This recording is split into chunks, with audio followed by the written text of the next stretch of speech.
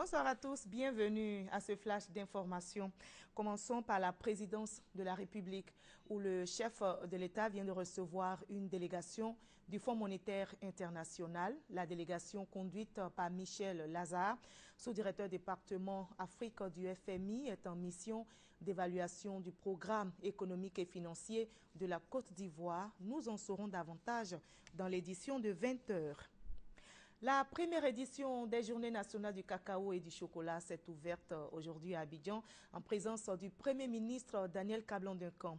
Économie cacaoyère performante et durable pour une Côte d'Ivoire émergente à l'horizon 2020. C'est le thème de cette première journée. L'objectif est affiché, attirer l'attention des populations sur l'importance du cacao dans l'économie de la Côte d'Ivoire.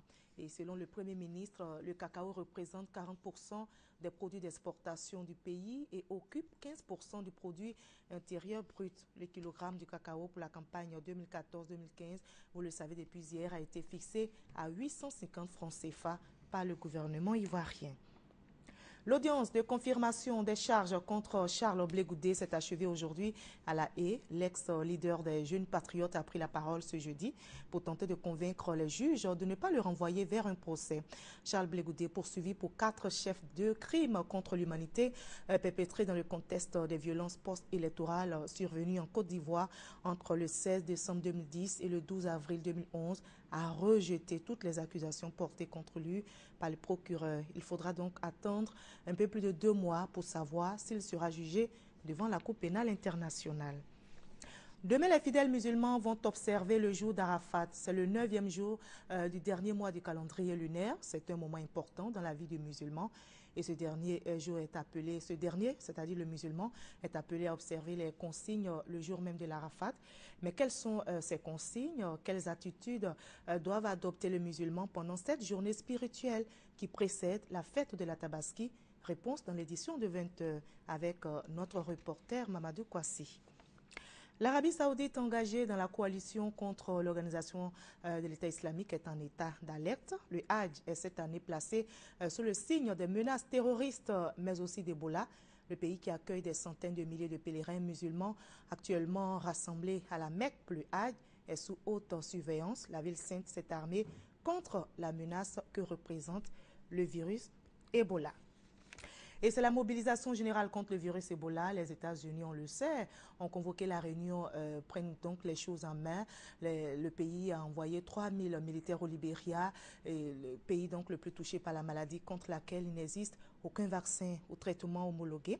D'autres pays vont dépêcher des spécialistes à l'image de la Chine qui ouvrirait un laboratoire de dépistage d'Ebola en Sierra Leone. L'OMS compte 200 experts en Afrique de l'Ouest et Médecins sans frontières a déployé autant de volontaires internationaux.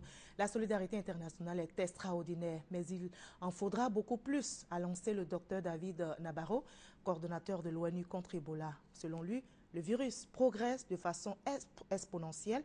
La réponse internationale doit donc suivre la même courbe, a lancé toujours le coordonnateur de l'ONU. La Turquie va-t-elle s'engager militairement aux côtés de la coalition pour combattre les djihadistes de l'État islamique en Irak? On connaît depuis ce soir même la réponse.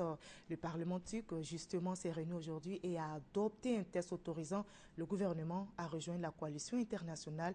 Mais quelle sera l'ampleur de la participation turque? Les djihadistes de l'État islamique se rapprochaient jeudi de la ville syrienne de Kobané. Bien équipés et bien entraînés, comme le montre cette vidéo qui circule sur Internet, ils semblent déterminés à prendre cette ville stratégique pour le contrôle de la frontière avec la Turquie.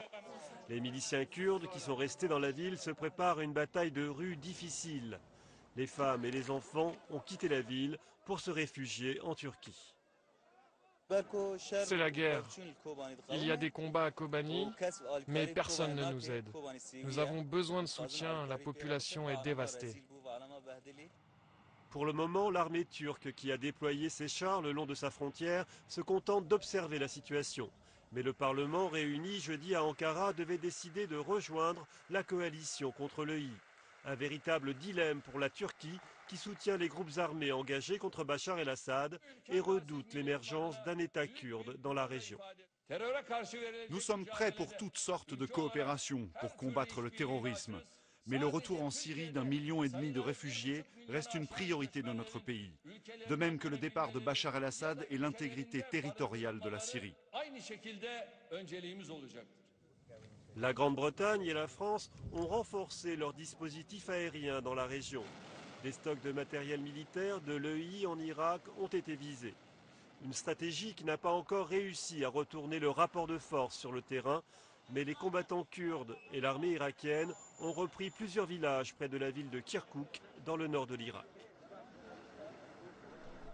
Voilà, nous sommes jeudi et nous aurons le dossier de la rédaction. Aujourd'hui, nous regardons du côté de la décharge d'Akwedo, surtout voir comment les populations, en tout cas ces villageois, expriment leur mécontentement. Ces populations villageoises se plaignent en tout cas des impacts sanitaires de ce dépotoir à ciel ouvert, source de nombreuses maladies. Bref, à Akwedo, les populations ne veulent plus cohabiter avec la plus grande décharge du district d'Abidjan. Nous en saurons davantage dans le dossier de la rédaction signé Serge Coléa. À tout à l'heure à 20h.